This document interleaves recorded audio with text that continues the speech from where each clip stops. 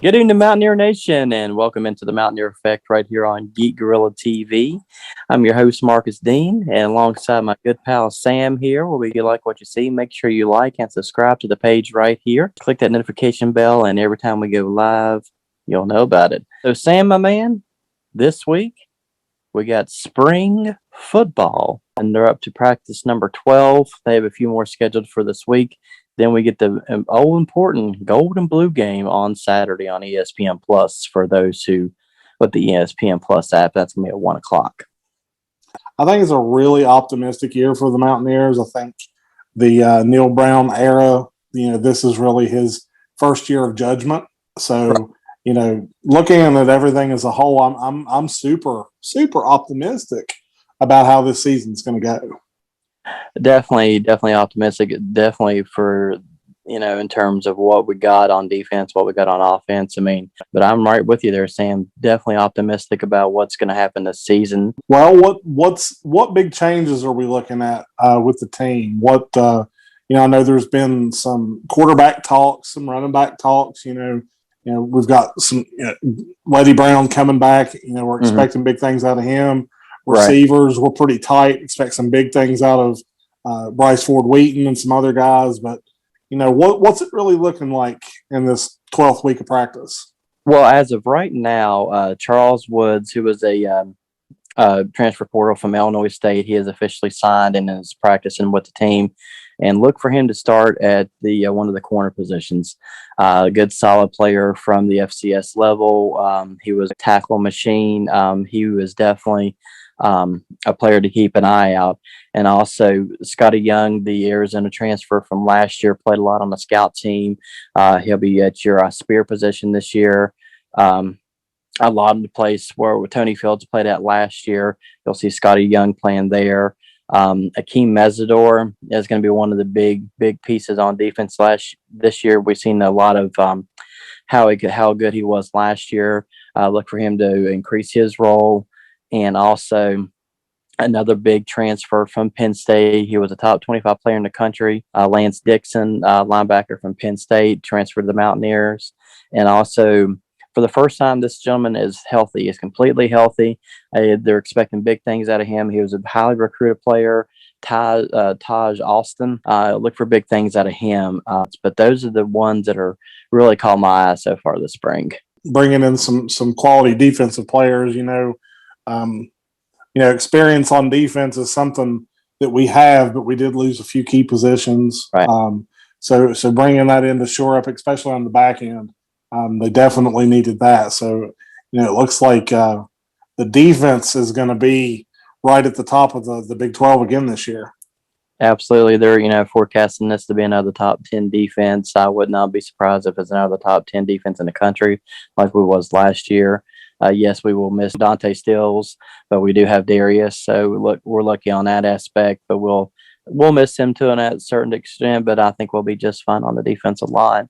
But also a couple breakout players, a breakout freshman. This freshman I've been excited about since he committed to WVU. And you've heard on earlier podcasts when we first started here, I never thought we would get this gentleman. He was a heavy, and I say heavy, lean to Penn State, but a good offensive coordinator, Gerald Parker, was able to reel him in from Penn State.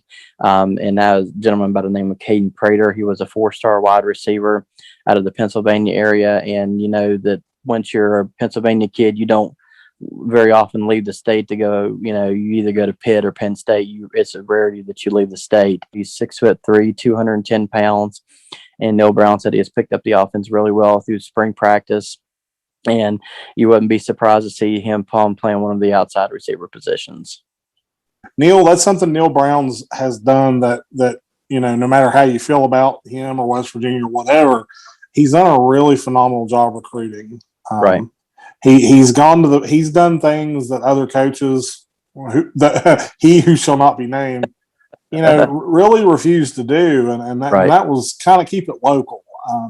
Into the Pennsylvania, Ohio Valley area. And, I think it's really going to pay dividends for Neil Brown. Absolutely. And also another freshman that's coming in who set records this year through the state of Illinois, Justin Johnson. He's a running back who's going to be, I would not be surprised that he's coming the first or second summer session. If he has a good summer, I would not be surprised to see him sharing some carries with Letty this year. Well, and that'll help Letty too. Letty carried a big load last year. The last thing we want to do is bog him out and get him hurt. I think Letty's got a good shot at making it into the NFL and being a producer in the NFL. I think he's got the edge speed and the moves to do it. He reminds me a lot of like a little bit slower Darren Sproles. Exactly, and he's definitely one. I mean, I'm really excited about another.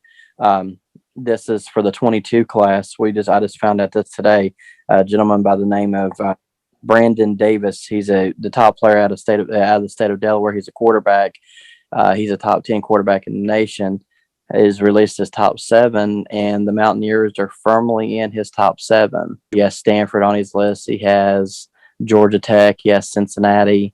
So I think Cincinnati would be our biggest competition for him.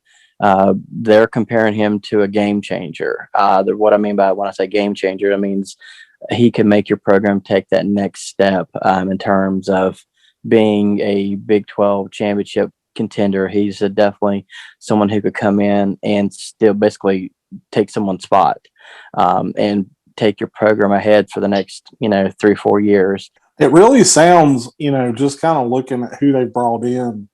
You got Daggy and Green, and then Crowder. Yes. Yep. I mean, it sounds like they're really loading up on quarterbacks to give themselves some options. Right. And it's looking like all options are pretty good. So, exactly. I mean, Daggy, he's a good quarterback, but I don't think he's necessarily the answer that we're looking for. I look for a guy like Garrett Green, because they keep on talking about how well Garrett Green has performed this spring and how well he's done. Him and Daggy is going neck and neck. But I would not be surprised come fall time that Garrett Green is your QB1. I think Daggy may not be a program-defining quarterback, but he's a heck of a good fill-in until you can get your guy in there. Right. I will say that. Right. And I think Garrett Green is that first quarterback that Neil Brown went out and got himself. It wasn't stocked from the previous administration. The cupboard's very well stocked in that aspect. The other thing that I kind of wanted to touch on a little bit, I've been looking at reasons that fans should be optimistic. Your defense, you're getting 8 starters back on your defense. You've picked up some good back-end guys like you talked about. Mm-hmm. That's good. And then you have a manageable schedule. But another reason really to be optimistic is your quarterback play, because if Jared Daggy's your starter, and maybe not, I tend to think he will be. You got to remember, you're getting a quarterback that started 31 NCAA games between West Virginia and Bowling Green. True. He threw, I think, less than 5 interceptions last year. I think he threw 4. I think it was like 3 or 4 he threw. He's going to get you 250 yards a game. True. Like I said, he's not a program-changing quarterback, but he's not a bad fill-in either. No, he's more of a game manager. I hate to use that term, but, it's kind of what he is. So, when you look at the Mountaineers, and, even though we get on Jared Daggy for not being on third of the boundary, throwing high and all that crap, you really got to look at it as we could have a whole lot worse. Yes, very well. We could have a guy that throws lots of interceptions, not producing yardage. Right. And his career, he's got almost, I think, 7,500 yards and 150 touchdowns.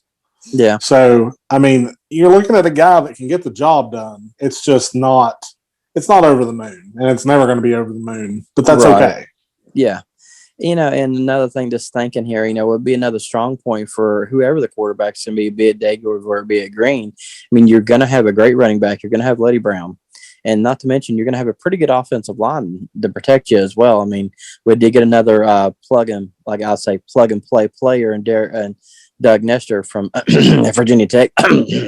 Yeah, came up here on the transfer portal, and he, you're looking at him to start you at right tackle, right guard. I mean, and plus we got Wyatt Mullum, one of the best players, the best player in the state of West Virginia, in last year's recruiting cycle. That's gonna, get his hat thrown in the ring when he comes to campus too. Yeah, I think all in all, this year's the first in my eyes, really the first year of the Neil Brown era, and I'm excited to see what that looks like. I'm optimistic. I think that the recipe is right to have an 8-win season, and if we can get that, I'll be over the. I'll be thrilled. I'll be tickled death if we can get 8 wins.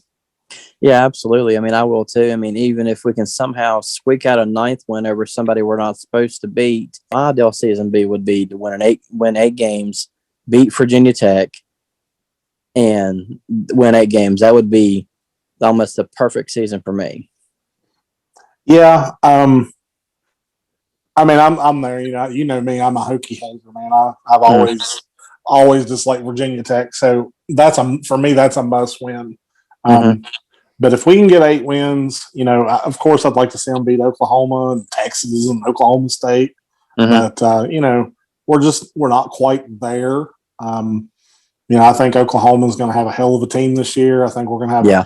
I think if you're not looking at them for your Final Four, something needs to be something. Yeah, you need to be checking your eyeballs. You need to reevaluate what they have. But I mean, if we can get to 8 wins, that's great. Yeah, and I was just thinking too. This might be the year we get Texas too, because Texas is going to have a brand new staff coming in. They have a brand new quarterback.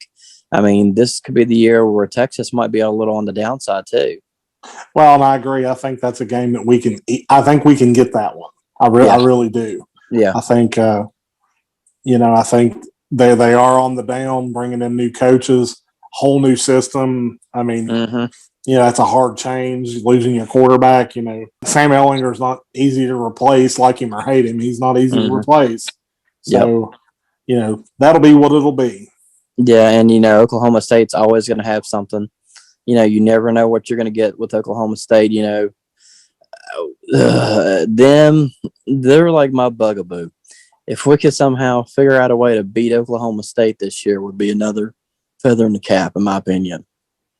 Well, we've always struggled with them. I think as West Virginia's defense gets better and better, and Neil Brown's guys get in there, up until the last, up until maybe this year, the offenses are kind of similar, and especially until Dana left, they were identical. So, we just got to find an identity when it comes to playing Oklahoma State, and I think that's a big part of it.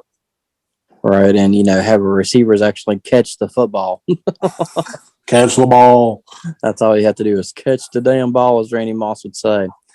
But overall, man, I'm excited, to look at the spring game, because I always tell folks, don't put too much into what you see in the spring game, because it's going to be very vanilla plays. It's going to be, just running your basic package and running your, getting your younger guys reps. It's going to be fun to watch as a fan. It's definitely going to be fun to watch, but don't get too overly excited or too overly depressed if it's not what you're thinking. Yeah, I think. Well, I mean, there's so many position battles going on that you've got to you got to figure out who's going to be playing. Right. It's definitely gonna be a fun thing to watch. I mean, I'm excited. ESPN Plus at 1:00 is going to be carrying the broadcast. I don't think. It'd be on live on the app if you have the app on your phone, on your smart device. I would highly recommend to download the app. It will only cost you $5.99 a month, and they do not pay me to say that, but it's definitely well worth it. So. And that'll do it for the Mountaineer Effect. I'm your host, Marcus Dean, alongside Sam. Thank you guys so much for watching. And like you said, if you like what you see, make sure you click and like the page right here on Geek Gorilla TV on YouTube. Let's go, Mountaineers.